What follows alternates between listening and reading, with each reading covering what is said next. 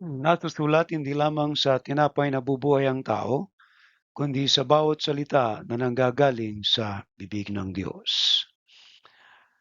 Atin pong recite ang sumasampalataya. Sumasampalataya ako sa Diyos amang makapangyarihan sa lahat, lumalang ng langit at lupa at kay Kristo na anak niya, Panginoon natin na sa hiwaga ng Espiritu Santo, pinanganak ng Birhing Maria, nagdamdam ng hirap sa kahatulan ni Poncio Pilato, ipinako sa krus, namatay at nilibing sa ikatlong araw, at nabuhay sa mga patay. Umakyat sa langit at umupo sa kanan ng Diyos amang makapangyarihan sa lahat. Doon nagmumula na paparito upang humukom sa mga buhay at mga patay. Sinasampalatayanan ko ang Espiritu Santo, ang banal na iglesyang laganap, ang pagkakaisa ng mga banal at kapatawaran ng mga kasalanan, ang kabuhayan ng katawan at ang buhay na walang hanggan. Siya nawa. Ang 10 utos. Huwag kang magkakaroon ng ibang Diyos sa harap ko. Huwag kang gagawa para sa iyo ng larawang inanyuan. Huwag mong babanggitin ang pangalan ng Panginoon mong Diyos sa walang kabuluhan. Alalahanin mo ang araw ng Sabat upang ipangilin. Igalang mo ang iyong ama at ang iyong ina. Huwag kang papatay. Huwag kang mangangalunya. Huwag kang magnanakaw. Huwag kang magbibintang sa iyong kapwa.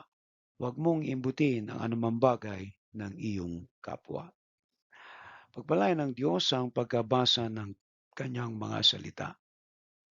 Okay? Kayo po ay nakatunghay sa thematic sermon of the Bible at every Sunday ay ating pong itong tinatalakay.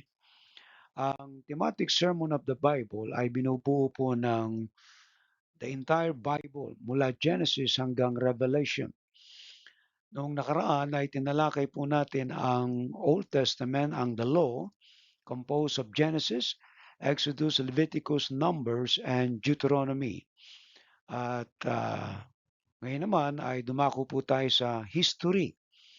At nakaraan ay tinalakay po natin ang aklat ni Joshua, Judges, Ruth, Samuel, 2 Samuel. At ngayon naman ay ating ipaglilingkod ay ang First King o ang unang hari. Ang ating pong talata ay matatagpuan natin sa 1 King chapter 3 verse 9. Kaya kung kayo po ay may mga Biblia, ay inyo pong pakibuklat sa talatang ito. So ito pong background nitong ating tatalakay ngayon na aklat. Ano po? Kung inyo pong nabasa ang entire book of the Old Testament at madadaanan nyo ang unang aklat ng mga hari. Ito po ang nilalaman ng aklat na ito. Nagsisimula po ang aklat na ito sa kamatayan ni David. Nagtala ng 40 taon pamumuno ni Solomon, ang pagtatayo niya ng unang templo, ang kahalagahan ng kanyang kaharian, ang kanyang moral na pagkukulang at kamatayan, sinundan ng malagim na digmaang sibil ng Israel. Ang paglitaw ni Elias, ang pagtawag kay Eliseo, at nagtatapos sa kamatayan ni Haring Ahab, isang lubang masamang hari ng hilagang Northern Israel. Kaya kung tutunghayan po ninyo ang the entirety ng First King, ito po ang nilalaman nito. At ito pong chapter 3 verse 9 ng unang hari. Ito po ang pinakatema o buod ng talata.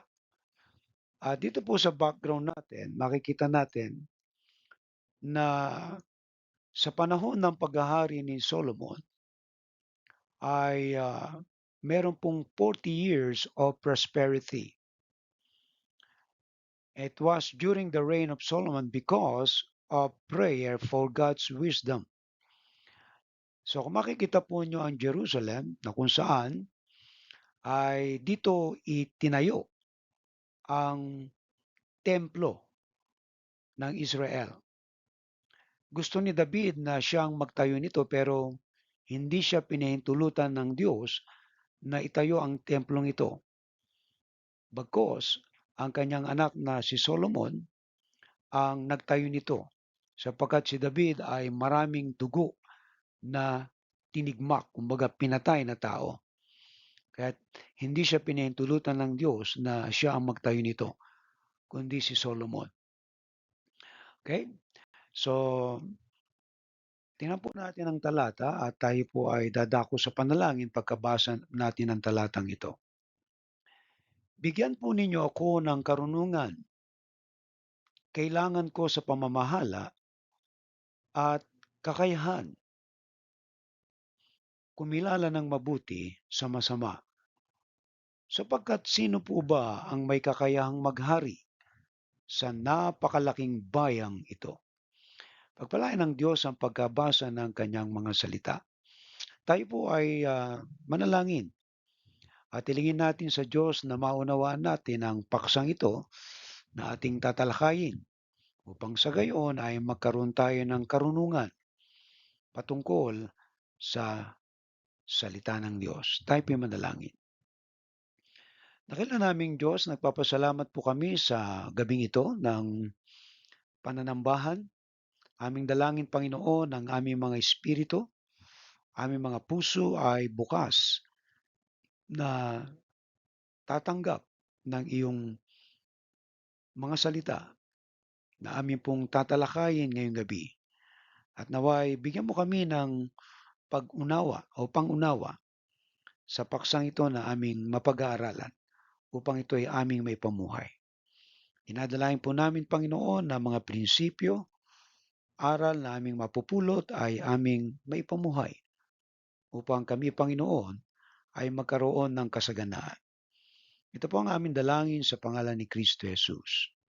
Amen and amen. Alright, mga kapatid, ako po inyong nakikita. Ano po? So, tingnan po natin ang talatang ito. Ang sabi dito ni Solomon, bigyan po ninyo ako ng karunungang kailangan ko. So, kung balikan natin ang dahilan kung bakit si Solomon ay humihingi ng karunungan, makikita natin yung kanyang tanong, sapagkat sino po ba ang may kakayahang maghari sa napakalaking bayang ito? So, makikita po natin ang desire ni Solomon at dito sa buhay niya bilang isang hari, kung ano ang mapupulot natin sa kanya. Siya ay isa ring anak, sapagkat ang tatay niya is David, isa ring magulang sapagkat siya ay meron ding mga anak, at isa ring asawa, sapagkat napakarami niyang asawa. At siya po ay isang hari sapagkat siya may pinaghaharian. Pero interesting po ng talatang ito na mapagbubunutan natin ng mga prinsipyo. Yung kanyang panalangin ay, bigyan po ninyo ako ng karunungan. Kailangan ko sa pamamahala. So yung wisdom na hinihingi niya ay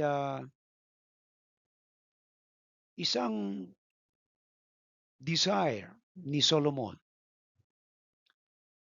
upang mapamahalaan niyang mabuti ang bayang Israel. At hindi lamang doon, kundi yung kakayahang kumilala ng mabuti sa masama. So dalawa yung prayer niya, ano po? Yung karunungan at saka yung abilidad. So bilang isang leader, makikita natin na sa application nito, tayo bilang isang leader din sa ating pamilya, sa ating simbahan, o sa isang organisasyon, kailangan pala natin na manalangin ng ganitong uri ng panalangin. At gusto ko munang dalhin sa inyo ang profile ni Solomon sapagkat dito sa exposition ng talatang ito, marami pong aral na makukuha tayo dito sa paghingi ng karunungan sa Diyos. Sapagkat tayo ay bilang isang leader din sa ating pamilya, ay nangangailangan tayo ng wisdom kung paano nating palalakihin ang ating mga anak ng mabuti, lumaki sila ng may takot sa Diyos. At kung tayo man ay pinuno sa isang samahan o isang opisina, ay nagnanais din natin na maging maganda ang takbo ng ating pamumuno. At kahit na sino mang pinuno ay naghahangad na maging maganda ang pagpapatakbo niya o pamamahala sa kanyang nasasakupan. Kaya dito sa buhay ni Solomon ay meron tayong aral na makikita. At gusto ko po na tutukan ninyo ito sapagkat kayo bilang mga magulang ay pinuno sa inyong tahanan na kayo ay namamahala sa inyong mga anak. Kaya yung tanong natin ay paano ba nating pinamamahalaan ang ating pamilya? Ayan. So papasok ito pong panalangin na ito. At sana ito ay maging prayer din natin na kahit tayo ay namamahala sa ating pamilya, sa ating tanggapan, sa ating samahan, mahalaga ang karunungan. Okay? So ito po yung profile ni Solomon. Si Haring Solomon ayon sa Hebreong Biblia, ang hari ng kaharian ng Israel, nagkakaisang monarkiya. Ibig po sabihin niyan, ang Israel ay iisa pa lang. Hindi po sila hati. Dahil nahati po yan pagkatapos na si Solomon ay maghari. Nagkaroon ng Southern Kingdom and Northern Kingdom. Ang Northern Kingdom ay 10 tribes, ang Southern Kingdom ay 2 tribes. Kaya dito po nabanggit na nagkakaisang monarkiya. Siya po ang hari ng 12 tribo ng Israel. Siya po ay anak ni Haring David kay Bathsheba. Ang dating asawa ng Hiteyong si Urias na ipinapatay ni David para itago ang kanyang ginawang pangangalunya kay Bathsheba habang nasa labanan si Urias. So nakita po natin ang kasalanang ginawa ni David. Ano po? Nang si Bathsheba ay naroon sa rooftop at naliligo, siya ay pinatawag ni David nung araw na yon at kanyang sinipingan. So dito nagalit ang Panginoon sa kanya. At sa gayon ay makikita natin ang naging consequences kay David. Pero dito ay binibigay natin yung background na itong si Bathsheba na asawa niya ay kumbaga hindi maganda ang istorya pero at the end ay napabuti rin. Okay? Naging kilala po si Solomon bilang isa sa mga pinakamatalinong tao at mayaman na nagmula sa mga panahong iyon. At narito po yung ilang mahalagang impormasyon tungkol sa kanya. Ang number one po ay yung wisdom and authorship. Karunungan at yung siya po yung may akda. Si Solomon ay may akda po ng ilang aklat sa Biblia, kabilang sa mga ito ay ang Kawikaan. Kung nagbabasa po kayo ng Biblia, si Solomon po ang sumulat niyan. Isang koleksyon ng mga payo at karunungan. At diyan makikita po natin ng reflection na yung kanyang panalangin na bigyan siya ng karunungan ay ibinigay sa kanya ng Diyos. Kaya nakapag-compose siya ng kawikaan. At ito yung aral na makikita natin na kung paano ang Diyos ay tumugon sa panalangin. Ikalawa ay yung awit ng mga awit. Isang tula na nagpapakita ng pagmamahalan at pagnanasa. Kung babalikan po ninyo ang istorya ni Solomon, ano po? Hindi po natagpuan ni Solomon ang kanyang tunay na pag-ibig. Alam niyo kung bakit? 1,000 po ang babae niya sa palasyo. 700 ang kanyang asawa at 300 ang kabit. Ang layunin naman niyan ay alliances ng mga nation na kanyang kaalyado. Kaya yung mga anak ng hari pinapakasal sa kanya bilang alyansa. Hindi natagpuan ni Solomon ang kanyang pag-ibig na tunay. Kaya nang isulat ang awit ng mga awit, yung salitang my beloved, talagang nakita niya to pero hindi niya nakuha. Dahil sa dami ng babae niya, so nagkaroon siya ng tinatawag na kumbaga ay yung himutok sa puso na yung talagang minahal niya pero hindi niya nakamit. Ay ikatlo ay yung Ecclesiastes, yung ang mangangaral, isang pagmumuni-muni tungkol sa kahulugan ng buhay at paghahanap ng karunungan. Dito po yung malalim na reflection ng buhay. Kung binasa nyo yan, makikita nyo yung laman ng kanyang puso. Na si Solomon ay nagkamal ng napakaraming ginto at siya ay naging makapangyarihan at na-achieve niya ang mga achievement na hindi na-achieve ng mga pinuno nung kanyang kapanahunan. Kahit hanggang sa kapanahunan ngayon, walang tatalo sa achievement ni Solomon. During his time, ay nagkaroon ng 40 years na kasaganaan sa buong bansang Israel. Walang digmaan, kundi pawang kasaganaan. Kaya nga po ang ginto bumabaha sa Israel. Kaya makikita nyo po yung palasyo na kanyang pinatayo at yung templo, talaga pong lantay ng mga ginto. Ang mga utensil na ginamit, puro ginto. Ganoon kasagana ang bayang Israel nung kanyang pamumuno. At yan ay effect ng kanyang panalangin na bigyan siya ng karunungan. Kung paano niya pinamahalaan ito. At itong aklat na to ay mga testimonies ng kanyang achievement na ang Diyos ay talagang nagbibigay ng karunungan sa mga humihingi sa Kanya. Katulad ng binanggit ni Santiago, na kung sino man sa inyo ang kulang ng karunungan, humingi siya sa Diyos at siya'y bibigyan nito. Kaya yung tanong ko ngayon ay gusto ba niyong yumaman? Aba, of course, pastor. Walang tao na hindi maghahangad na yumaman. Ano po? Pero ang pagyaman ay nire-require ang karunungan. At itong hiniling ni Solomon na to, nabigyan siya ng karunungan, ay naging bonus na lamang yung yaman. Kaya nung siya ay sagutin ng Diyos, sabi niya, sa pamagitan ng mga propeta, yamang humingi ka ng karunungan, ibibigay ko sa ito. At bibigyan din kita ng kayamanan, katanyagan, dahil ito ang hiningi mo. Kaya mga prinsipyo na makikita natin dito, kapag tayo humihingi ng karunungan sa Diyos, na makapagpasya tayo ng mabuti sa buhay na ito, idinadagdag na lamang niya ang yaman. Kaya napakaganda na tayo po ay nananalangin, mga kapatid. Panalangin na hinihiling natin ang connection natin sa Diyos na tayo ay bigyan niya ng karunungan. Okay?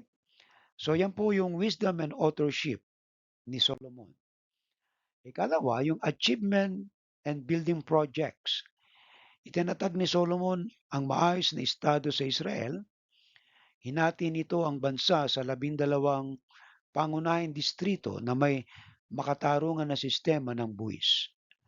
Kaya kung titingnan nyo ito mga kapatid, ano po, ay uh, yung sistema talaga ay napakaayos. Yung buwis ng mga tao talagang dumadating sa sentro, sa Jerusalem. Yung iba ay silver, yung iba ay ginto, yung iba ay mga ani mula sa kanilang mga pananim. Kaya grabe po ang buwis na dumadating. Limpak-limpak na yaman, mga livestock na bumabaha sa Jerusalem. Kaya pagka sumasamba, grabe, libo ang kinakatay, daang libo ang kinakatay ng mga hayop para sa celebration ng pagsamba. Ikalawa, ang pinakamalagang tagumpay niya ay ang pagtatayo ng unang templo sa Jerusalem, sa bundok ng Moriah. Ito ay isang 7 taong proyekto na naging isa sa mga kahangahangang gawaing arkitektura noong sinaunang panahon. This is very incomparable sa mga itinayo ng mga naunang tao sa kanya at kahit kapanahunan niya. Grabe ang grandeur ng First Temple. Pero nang magkasala nga ang bayang Israel, lahat po ng itinayo, lahat ng inlagay na ginto, nasamsam ng mga kalaban, ng mga kaaway. At kung di-describe natin yung beauty ng temple, grabe po ang ginto na ginamit diyan. Dahil kung maalala po nyo ay merong mga ginto na nanggagaling sa Ophir. At sang-ayon po sa mga ibang mananaliksik, alam niyo po ba kung saan ang Ophir na yan? Yan ay sa Pilipinas. Na ito ay pinagpapalagay ng Pilipinas ay talagang napakaraming ginto. Ngayon wala na. Dahil inubos na ng mga unang dumating dito. Going back to the history, it's very long history to study. Pero sang-ayon sa mga istorya at mga pagsasaliksik, yung ginto na dumadating taon-taon, talaga pong napakarami. And that's why we call this the golden years of Israel. Ikatlo, bukod dito, nagpatayo rin si Solomon ng magarang palasyo. Lalo na yung palasyo niya, no? Yung templo, kakaiba pa yun. Pero yung palasyo niya, grabe yung mga layon na kanyang pinatayo, puro ginto yun. Kaya nung pumisita dito yung Queen of Sheba, namangha talaga siya. Yung kanyang garden, yung mga kalsada, mga gusali ng pamahalaan, napaka-grandeur. Talagang napakagagaling po. Mahusay ang pagkakatayo. At ikaapat, ang kanyang kayamanan at mga negosyo ang nagbigay sa kanya ng titulo bilang pinakamayamang hari ng kanyang panahon. Walang nangkukumpara sa yaman ni Solomon. Kaya makikita po nyo ang nakatala sa Biblia.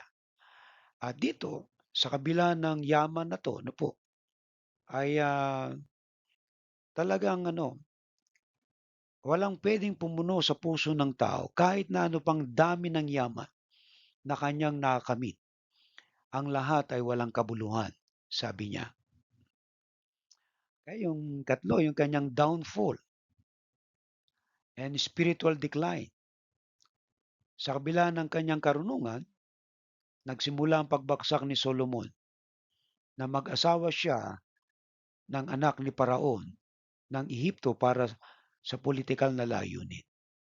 So this was the start ng kanyang pagbagsak sapagkat yung mga Diyos-Diyosan ng kanyang mga asawa ay pinahintulutan niyang pumasok ng Jerusalem.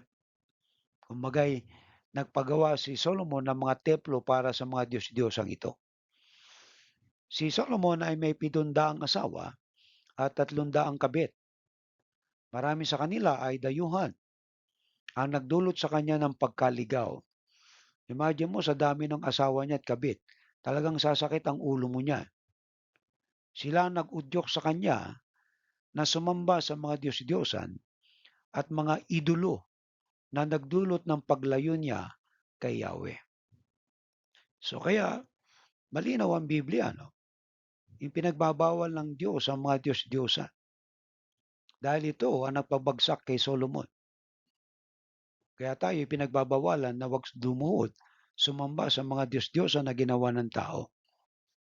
At ikatlo, ang kapayapaan at kasaganaan ng Israel ay nawalan ng saysay nang hindi na niya buong pusong sundin ng Diyos. So nakatala po yan. So yung yaman, kasaganaan ng Israel ay nawalan ng saysay. Bakit? Dahil nung 586 BC ay sinimulan po silang salakayin ng mga Babylonians. At sa 3 consecutive na pagsalakay sa templo, yung mga kagamitan sa templo, lahat ng mga ginto, dinala sa Babylonia. Kahit na po yung mga ginto ng mga mamamayan, sinamsam din ng mga Babylonians. So kaya ito po yung naging rason ng pagbagsak ng isang kaharian katulad ni Solomon. Okay? At meron po tayong mga aral na mapupulot diyan na sa kabila ng kasaganaan, kapag ikaw ay sumuway sa Diyos, babagsak ka. Yan po ay sigurado dahil hindi siya sumunod sa Panginoon. Ang legacy, ang buhay ni Haring Solomon ay nagpapakita ng kanyang katalinuhan at kahinaan ng tao. Ang kanyang kwento ay patuloy na nagpapaalala na ang tunay na kadakilaan ay matatagpuan sa pagsunod sa mga prinsipyong banal, ibig sabihin sa salita ng Diyos. Sa buod, si Haring Solomon ay isang inspirasyon ng mga lider na hanapin ang karunungan, katapatan at paggalang sa Diyos. Mga kapatid, kung kayo po ay nakatunghay at nanonood ngayon at nakikinig, walang masama sa pagyaman. Pero ang pinakamagandang hilingin natin sa Panginoon ay ang karunungan. Sapagkat ang yaman, katanyagan, ay idinadagdag na lang ng Diyos sa mga taong naghahanap sa Kanya. Subalit may warning. Meron po tayong accountability dyan. Na kapag tayo humiling sa Diyos, nabigyan tayo ng karunungan, ay maging responsible tayo na wag nating suwayin ang kalooban ng Diyos. Si Solomon ay sumuway sa Diyos, kaya po siya bumagsak. Pero ang pinakamagandang aral na makikita natin dito, sa highlight nito, pinaka-highlight ng ating message ngayon ay ito. Kumbaga ito yung kabuuan at bago natin talakayin ang detalye.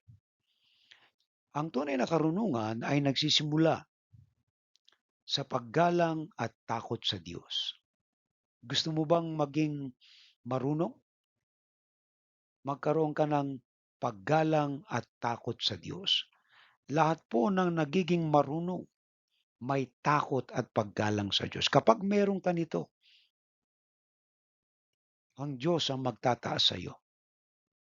Ang pag-unawa sa kanyang mga kalooban at pagkilala sa kung ano ang tama at mali ay nagbibigay daan sa isang tao na maging mabuting leader at mamuno sa napakalaking bayang ito.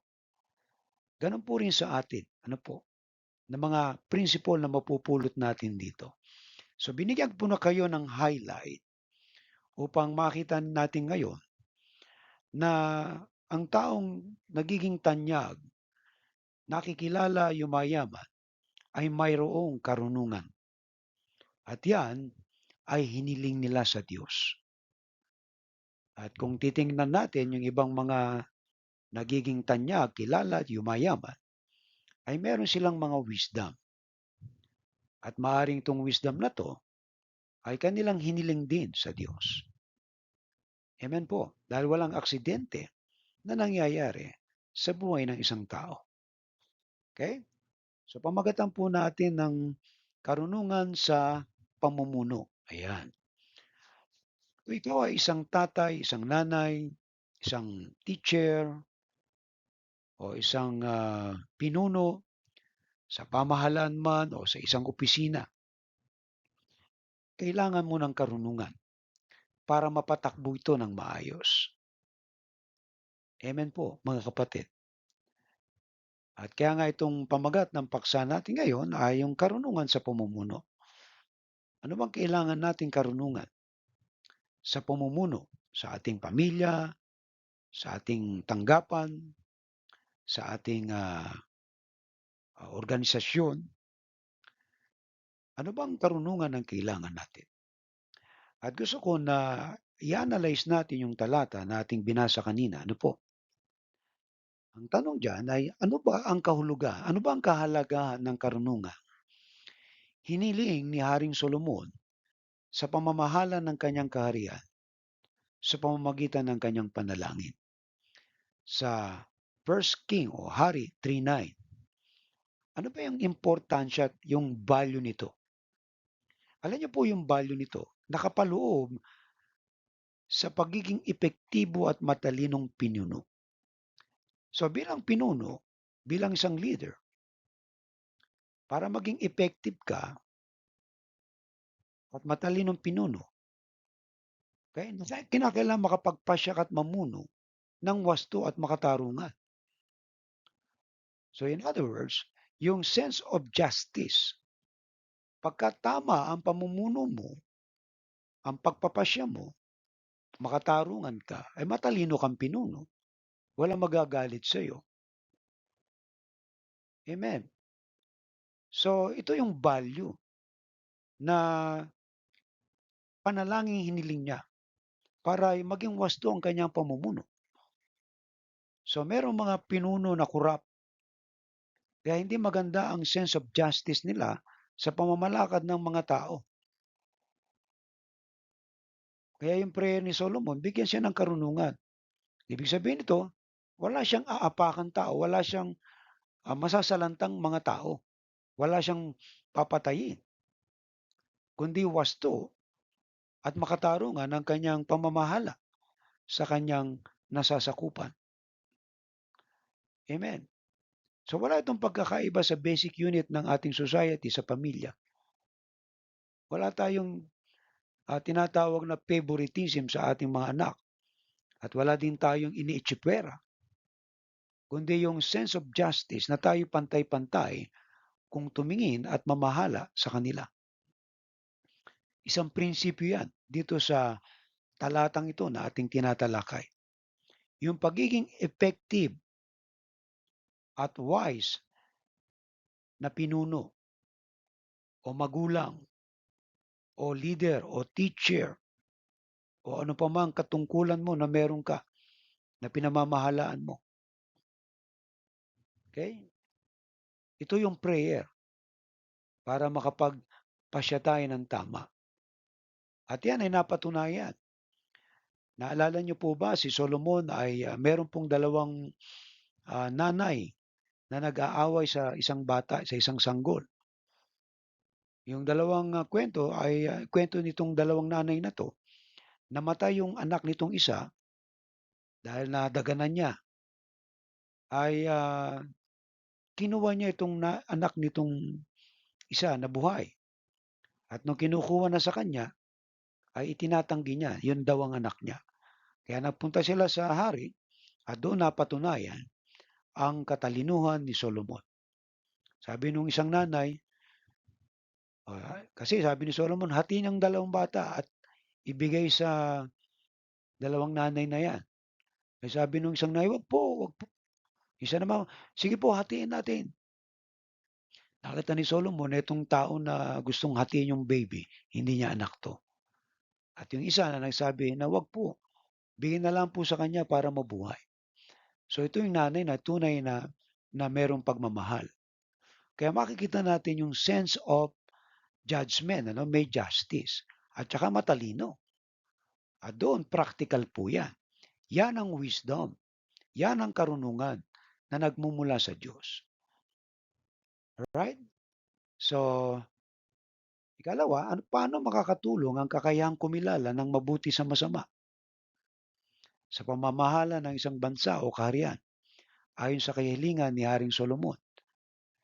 Makatutulong sa pagpapasya ng tamang mga hakbang upang mapangalagaan at kaayusan at kabutihan ng lipunan laban sa mga masasamang elemento o panganib. So, alam natin kapag mali, hindi natin ito-tolerate. Amen po ba? Kung mali ang corruption, bakit itinotolerate ng mga ibang nasa pamunuan? Ibig sabihin, hindi tama ang judgment, corrupt.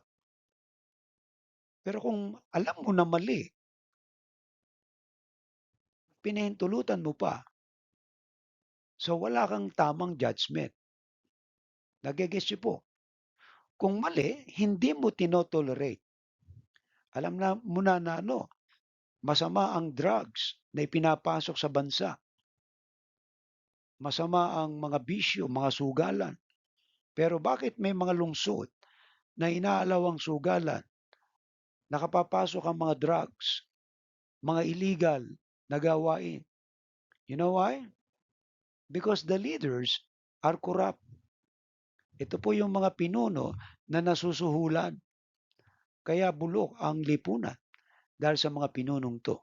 Dito, yung paraan na makatutulong na kilalanin yung masama, yung mabuti sa masama.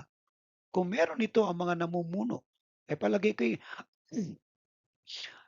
ang tagal na nating umunlad bilang isang bansa. Nage-gets niyo po? Kristiyanong bansa na tayo ng 1600 pa. More than 400 years ng Kristiyanong bansa. Mahirap pa ring bansa ang Pilipinas. Ang Korea, grabe pumunta ko sa Korea, grabe ang galing, ang ganda. Sa Singapore, sa Japan. Bakit po? Nasa leadership, umuunlad dahil mabuti ang kanilang judgment. Nakikita nila yung masama na hindi tama, so inaalis nila yan. So the application is the same with us. Yan, makatutulong sa pagpapasya ng tamang mga hakbang upang mapangalagaan ang kaayusan at kabutihan ng lipunan. Malalaman mo na lamang pag hindi maayos ang lipunan natin.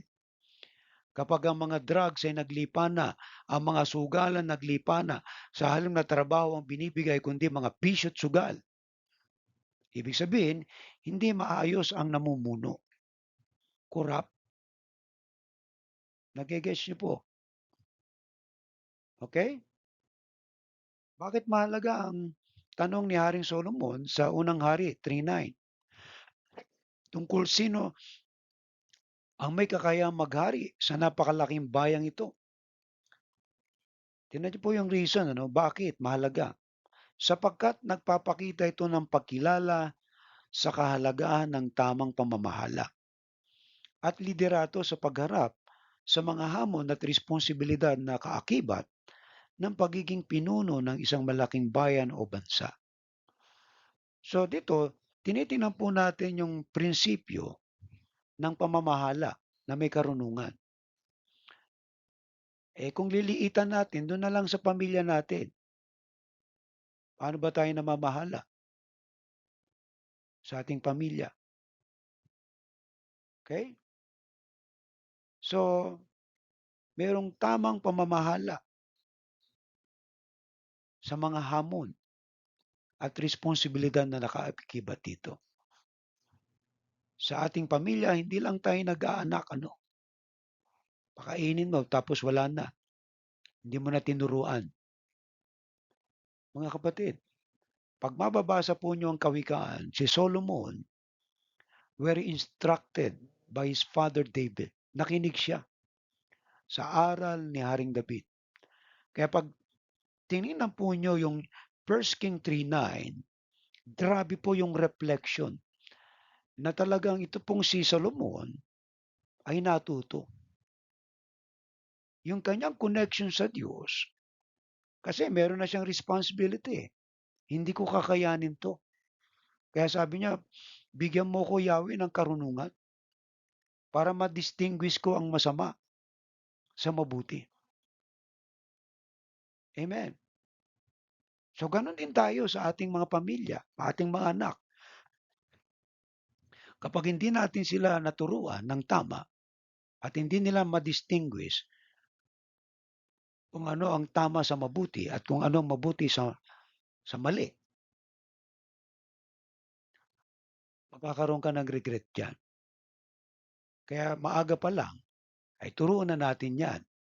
Pagbasahin nyo ng Biblia, huwag muna kayong kumain ng aga hanggat di kayo nagbabasa ng Bible. And that is training. Si Solomon was trained to listen from the Word of God. Kaya yung reflection niya, grabe. Biro mo yung paglaki niya. Kasi itong si Solomon, may mga kapatid yan. At hindi maganda nangyari doon sa ibang mga kapatid niya. Yung kanyang kapatid na si Tamar ay ginahasa ng kanyang isang kapatid. Kapatid sa ibang babae. At yung babae, yung gumahasa dito kay Tamar, ay pinatay naman ni Absalom, yung kapatid nitong babae. At itong si Absalom ay nagrebelde laban kay David. Kaya makikita natin yung mga respond ng mga anak hindi para-pareho.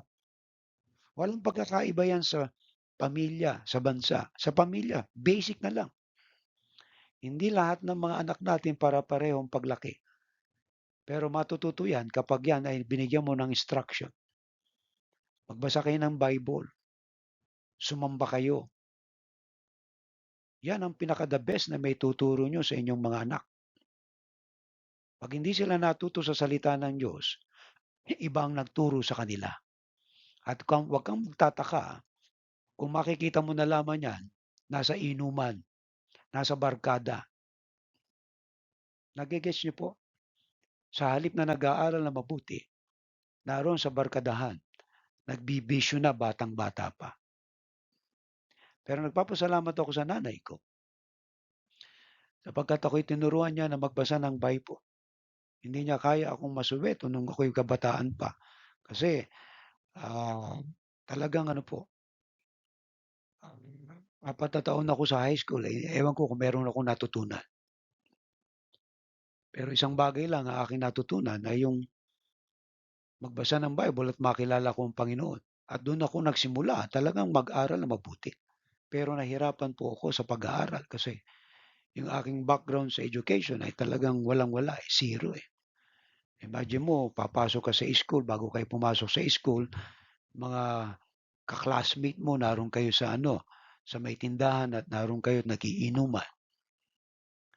Pagpasok mo dyan sa school, para kayong mga siga. Pero salamat sa Lord.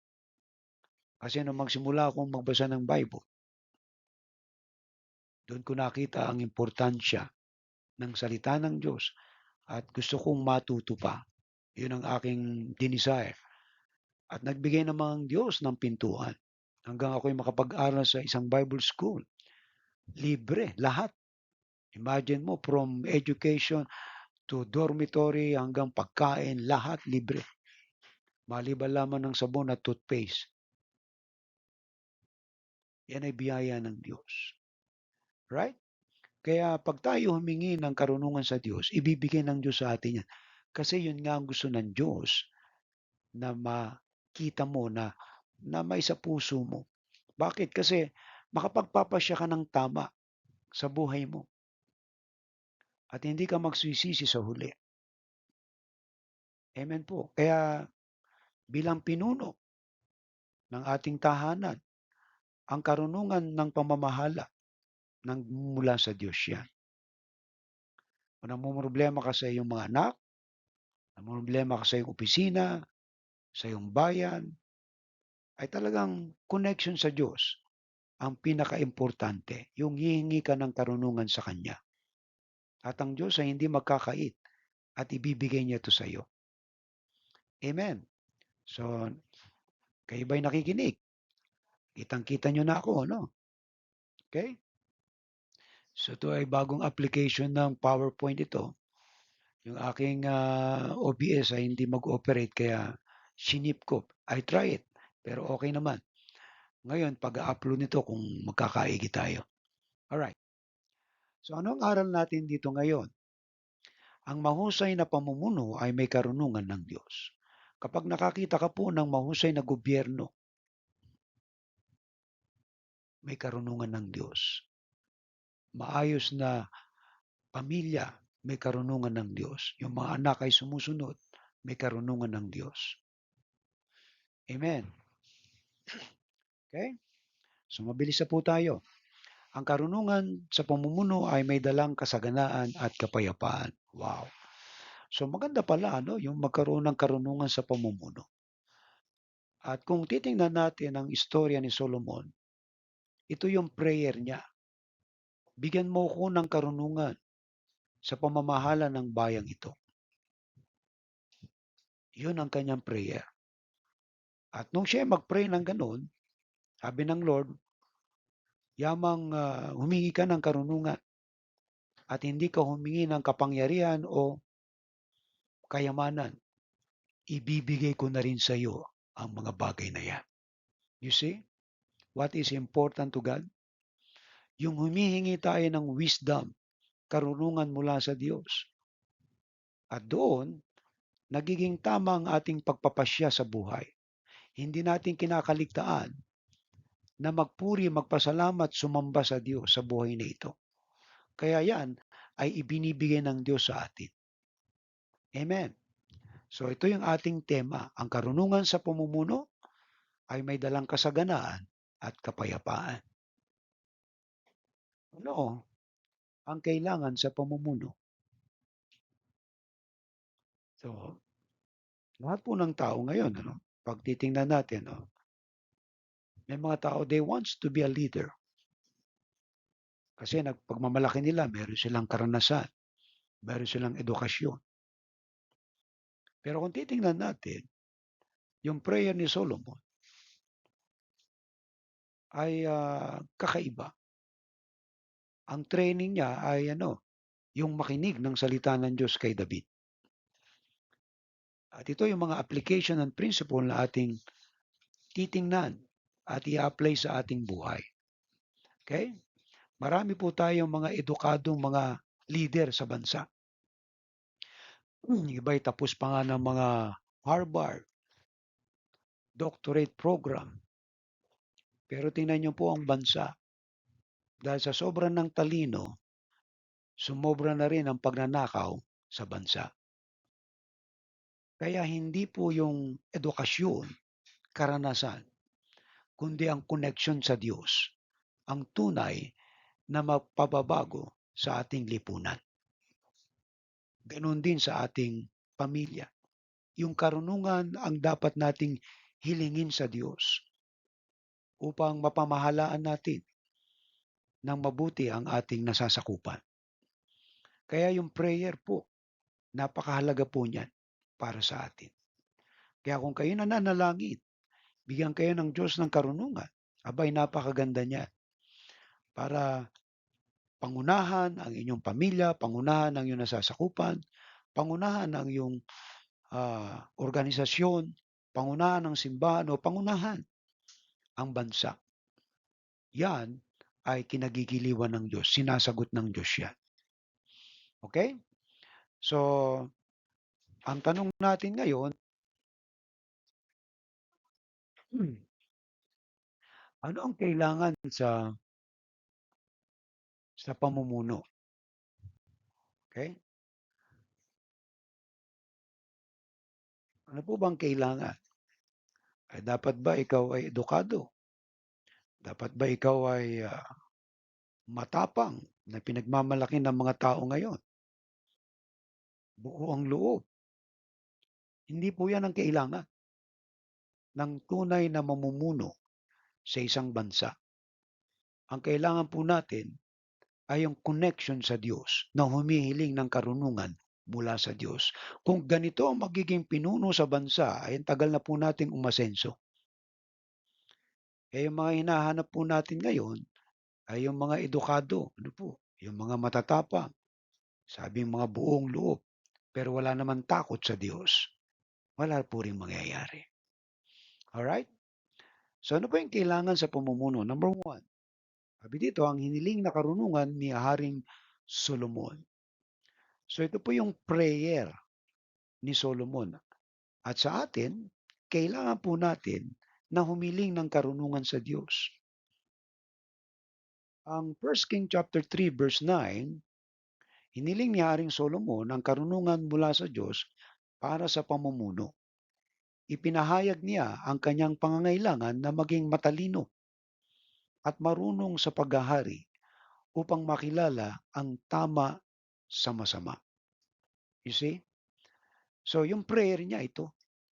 At ang laman, para ma-distinguish niya kung ano ang tama sa masama. Magigets po natin. So ito po yung desire niya na bigyan mo ko ng karunungan para pagpapasya ko, magiging tama, wasto, makatarungan. Okay? So tayo, mayroong mga leader na ganito.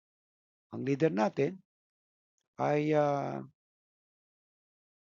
kung sino yung may pera, ayun, yun ang nananalo.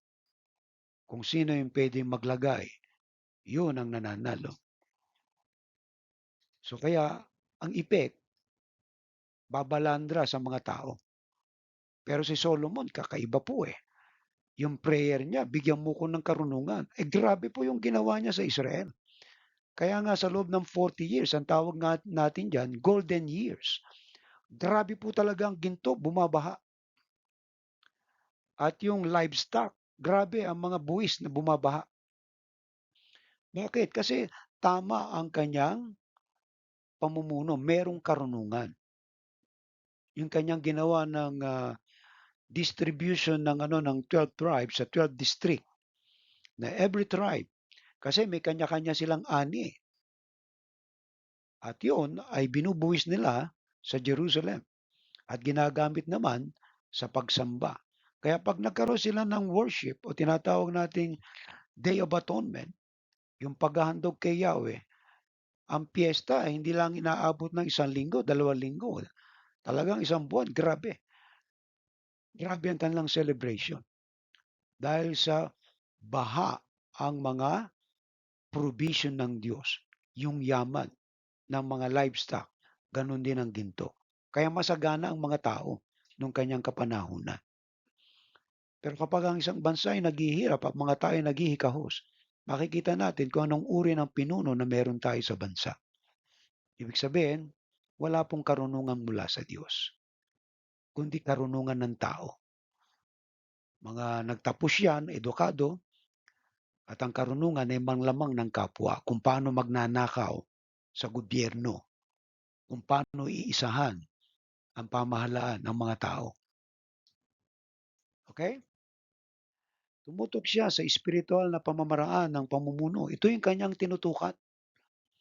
Hindi siya naghangad ng ano, bigyan mo ko ng yaman, bigyan mo ko ng malaking hukbo, kundi yung espiritual na pamamaraan ng pamumuno kung saan ang karunungan mula sa Diyos ang siyang pundasyon ng kanyang liderato. Ito yung kailangan. Kapag meron tayong ganitong mga leader, ay grabe, ewan ko lang kung hindi umasenso ang ating bansa. Ito yung pundasyon ng liderato ni Solomon. Yung kanyang connection sa Diyos. Grabe. Yung kanyang pagtutok sa espiritualidad. Mas bigyan siya ng karunungan ng Diyos kung paano pamamahalaan ang kanyang bayan. Okay? So anong principle nito sa atin ngayon na mahuhugot natin dito? Napakaraming pwedeng hugutin na principle dito. Ano po? Sa isang pamilya, yung mga magulang ay dapat no, kayo po ay talagang tutok sa espiritual na pamamaraan. Nananalangin, nagbabasa ng Bible, sumasamba sa Diyos. Ay diyan natin aakayin ang ating mga anak para sila maging mabuti ang pamumuhay. Alright? Ikalawa, ang kanyang pangako sa pagkilala sa masama. So kadugsong to ng prayer niya, no? Bigyan mo ko ng karunungan and then para mapagpasyahan ko ng tama yung aking mga gagawin. Sa kanyang panalangin, pinangako ni Haring Solomon na gagamitin niya ang kanyang binigay na karunungan upang makilala at labanan ng masama. Okay? Alright. Lumabas tayo. Okay.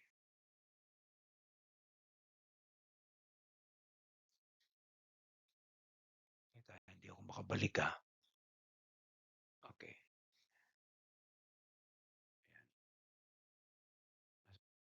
Hindi ako makabalik. Teka muna. Ayan, ang hirap pala nito. Lumampas ako eh. Alright. So, naroon pa ho tayo sa ikalawang puntos ano. Medyo, teka, nawawala ako eh. Kasi pagka ah, ibinalik ko to, mawawala talaga. Ayan, nawala na nga po. Ano kaya ito? Okay. Alright. So, paano ko ba ibabalik to? Sandali lang ha. Medyo naipit eh. Okay. Mhm. Ayan. Anyway, almost done na po tayo dito sa ating, mensahe natin ngayon, ano po. So kung pupunahin po natin itong tatlong puntos po, hindi na ako makabalik, Alright. Yung, hiniling ni Solomon na karunungan, and then yung pag-distinguish niya ng, ng tama sa masama, kaakibat nun ng pangako niya na gagawin niya yung tama, okey? At, ikatlo, makikita po natin dito sa puntos na ito, ano po, ay yung,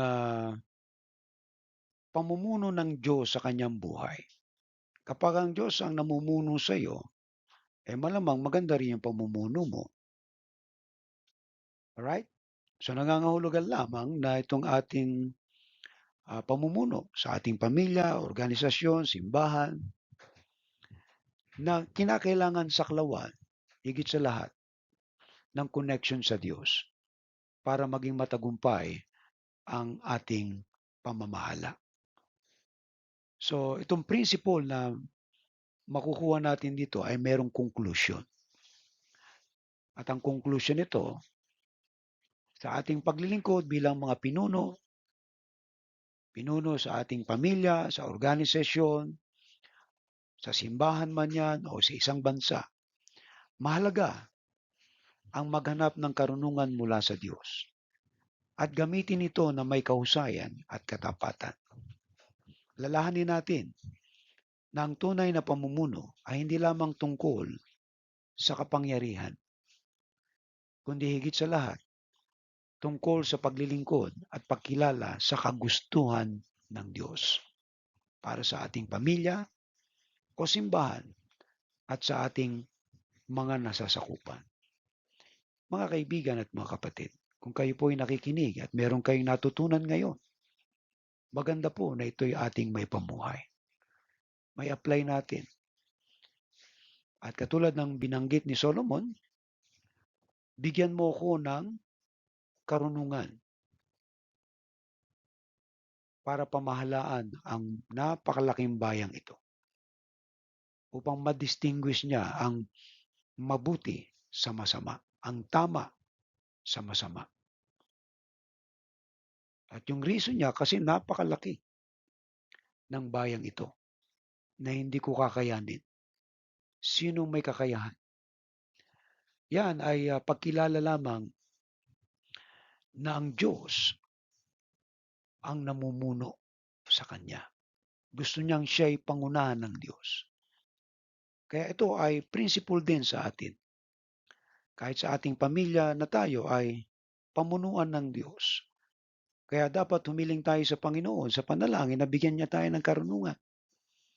Kahit sa pagpapalaki ng ating pamilya, pagpapalaki ng ating mga anak, o pangangasiwa sa ating mga nasasakupan. Mga kapatid, so kung kayo merong natutunan ngayon dito sa mga prinsipyo sa talatang ito, may pangako ang Diyos, kaganaan at kapayapaan kapag hiniling natin ang karunungan sa ating pamamahala. At ang hamon natin ngayon ay ito. Nananalangin ka ba ng karunungan?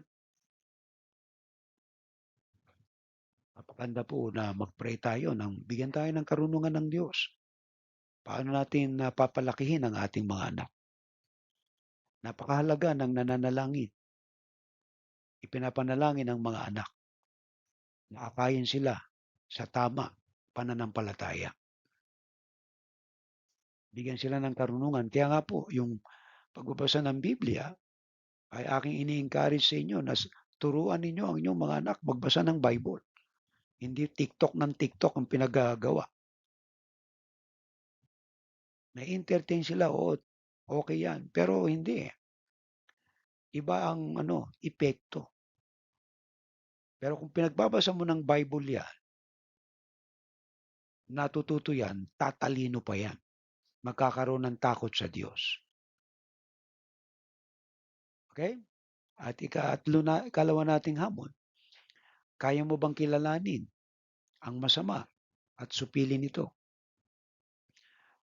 Kung ikaw ay isang magulang at alam mo na mali ang ginagawa ng iyong mga anak, anong gagawin mo? Ito-tolerate mo ba to o susupilin mo? Mga kapatid at mga kaibigan, mahirap pong maging pinuno, ano po. Pero tayo po, in the sense, hindi naman po tayo hari at hindi naman tayo mayor, gobernador ng isang lungsod o isang probinsya, kundi tayo ay pinuno sa isang basic unit ng society, ang ating pamilya. Sinusupil mo ba kung mali ang ginagawa ng iyong mga anak? Ikatlo, pinamumunuan ka ba ng Diyos? Dahil kung ang Diyos ang namumuno sa buhay mo, siyempre mamumuno ka rin ng wasto at maayos sa iyong nasasakupan. Kaya mas maganda tayo mismo muna ang pamunuan ng Diyos. Kaya hinihiling natin sa Diyos na bigyan tayo ng karunungan, na malaman natin ang tama sa mali. Malaman natin ang mabuti sa masama. Malaman natin ang totoo sa kasinungalingan. Mangyayari lamang yan kapag tayo ay nagsisimula na talagang magbasa ng Bible. At lagi kong sinasabi yan, na kung kayo ba ay nagbabasa ng Bible, kayo ba ay nagbasa na? So isa sang araw, mainam na makapagbasa tayo ng Biblia. Yan ang magbibigay sa iyo ng kapayapaan ng kasaganaan sapagkat yan ang panalangin ni Solomon na bigyan siya ng karunungan. Magiging marunong ka kapag nagbabasa ka ng salita ng Diyos. Amen po. So ngayong ah, gabi, mga kapatid, ewan ko lumampas na ba ako sa oras. Okay, 2 minutes pa lang naman. Alright? Ang challenge na 'to ay ini-encourage ko kayong humingi sa Diyos ng knowledge o wisdom. Magkaiba po ang wisdom sa knowledge, okay? Yung wisdom, yung karunungan, application na po 'yan ng nalalaman mo, okay? Merong maaalam na walang wisdom. Ibig sabihin, wala silang sense of judgment kung ano ang tama, kung anong tama sa mali. Pero kapag tayo merong wisdom, ni-apply po natin yung ating kaalaman patungkol sa isang bagay. Amen. Kung alam mo na ang pagbabasa ng Biblia ay makakatulong sa iyo, bakit hindi ka nagbabasa? So, ibig sabihin, wala kang wisdom kapag hindi mo ginagawa yan. Alam mo na mabuti ang sumamba sa Diyos, pero mali ang pagsamba mo, mali ang judgment mo. Nagigets niyo po? So, kaya itong hamon natin ngayon, mag-pray tayo. Kilalanin natin kung ano ang masama at supili nito. Sapagkat lahat ng ah, toleration may masamang epekto sa dulo. Pero kung tama yung ating ginagawa at wasto, wala tayong pagsisisihan dyan. Tama po yan eh. Pero kapag mali ang ginagawa mo, magsisisi ka sa huli. And then dapat ang Diyos ang namumuno sa atin. Yung kanyang kalooban ang ating sinusundan. Alright? So tayo po ay manalangin. Kung kayo po ay napagpala nitong ating mensahe ngayong gabi, ay idalangin natin sa Lord na tayo po ay magkaroon ng pagnanasa na laging makinig, mag-aral ng salita ng Diyos sapagkat dito tayo tumatalino. Dito tayo nagkakaroon ng wisdom. Amen? Matatalino po ang mga tao na nagpapahalaga sa salita ng Diyos. Kaya kung gusto mong tumalino, mag-pray ka sa Lord, bigyan ka ng katalinoan, karunungan, at yan ay magmumula lamang sa salita ng Diyos. Let us pray. Dakilang naming Diyos, maraming salamat po sa iyo sa gabing ito ng aming pananambahan. Nanawa ang aming pong mga kapatid ay natuto, Panginoon, sa iyong mga salita. Dinadalain ko po, Panginoon, ang pagkilos mo, ang kapangyarihan mo, Panginoon, na ikaw po, O Diyos, ang patuloy na gumawa, Panginoon, sa amin ng himala. Palibang na kami dumalangin ng karunungan, hindi kami makagagawa ng tama, hakbang sa aming buhay. Kailangan namin, Lord, ang karunungan mo, ang wisdom na nagmumula sa iyo, upang magbago ang aming pamumuhay. Iwasan namin at iwaksi ang mga mali na aming nakagisnan na ginagawa.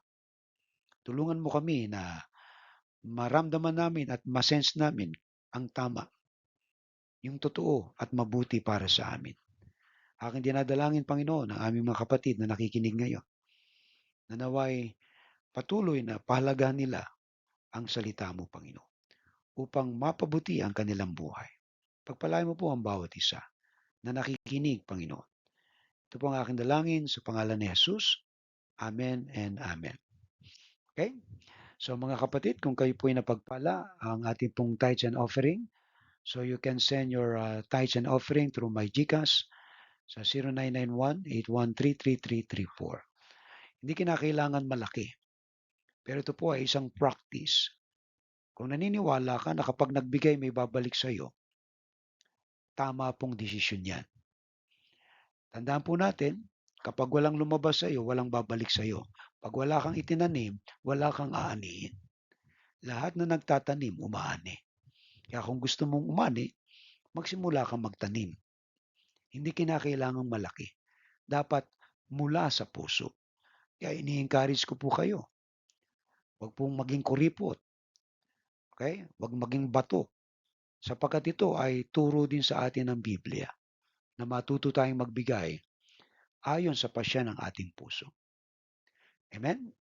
Okay? So, yung po ating mga scholars ay uh,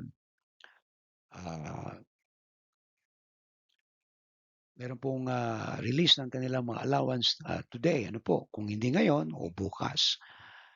At meron pong mga ilang katanungan dito po sa ating paksa ngayon kung talagang kayo nakinig. Sapagkat meron akong mga tanong na itatanong sa inyo kung kayo nakinig. Pag hindi nyo nasagot yan, ibig sabihin hindi kayo nakinig. Amen po. Okay? So, po yung ating pangwakas na panalangin, yung pong ating seminar ay sa May. Ano po? May 3rd week of May, yung ating pong gagawing seminar. So, medyo dinelay natin kasi kailangan ng preparation. Panalangin po rin po sa seminar na yan. Okay? So, yan po ang ating announcement. And then, yung pong mga sasama sa youth camp, pinapalista ko na sa inyo yung mga kabataan sasama. Ano po? Na kinakailangang maglista na po kayo, advance listing.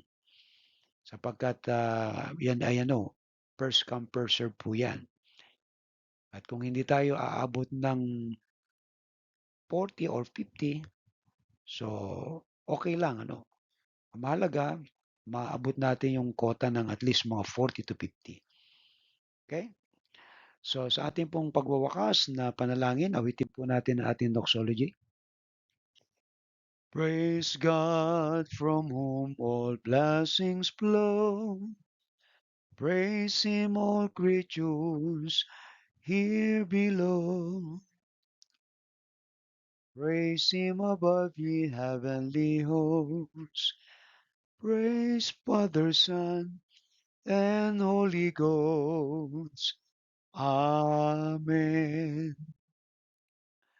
Pagpalain ka nawa at ingatan ni Yahweh, kahabagan ka nawa at subaybayan ni Yahweh, lingapin ka nawa at bigyan ng kapayapaan ni Yahweh.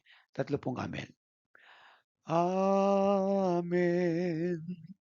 Amen. Amen. Magandang gabi sa inyo lahat. Sana'y napagpala kayo ng Panginoon sa inyong pakikinig at ihanda kayo ng Diyos sa kinabukasan. God bless you and see you on next Sunday.